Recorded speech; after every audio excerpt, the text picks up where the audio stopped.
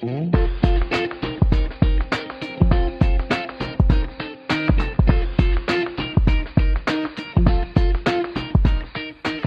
de cet épisode aujourd'hui, je vais vous présenter l'hystérectomie en ambulatoire par microcelluloscopie à basse pression, c'est-à-dire celluloscopie à faible impact.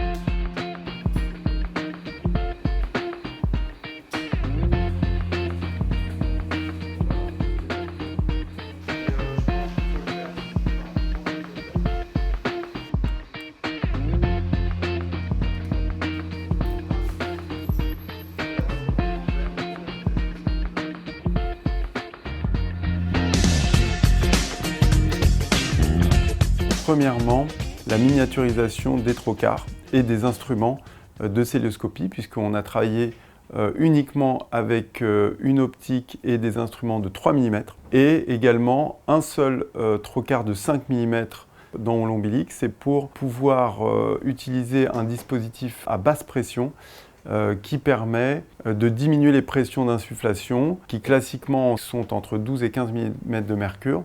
Et là, on peut travailler entre 6 et 8 mm de mercure, ce qui permet également de participer à la diminution des douleurs, douleurs de gaz, mais également des douleurs de paroi. Moi, je voulais savoir quelle est votre échelle de douleur entre 0 et 10 actuellement. Je souffre pas, j'ai rien.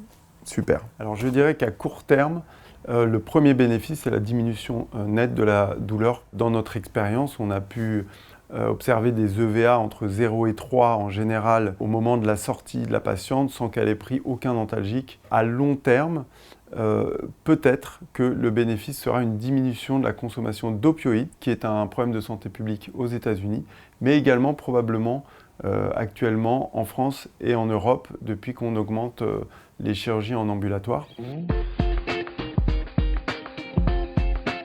La technique chirurgicale est primordiale.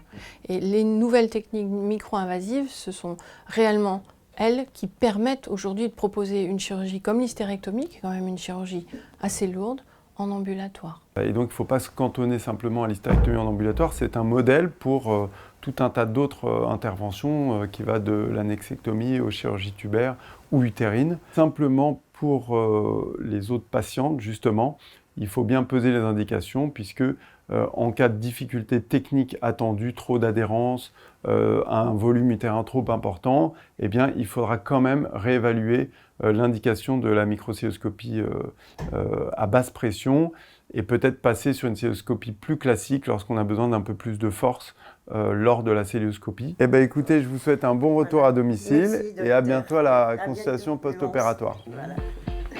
Merci beaucoup. La mini-celluloscopie. Les points clés à retenir. Peu invasive, elle réduit les douleurs. Elle pourrait aussi réduire la consommation d'opioïdes. Elle permet d'opérer à faible pression.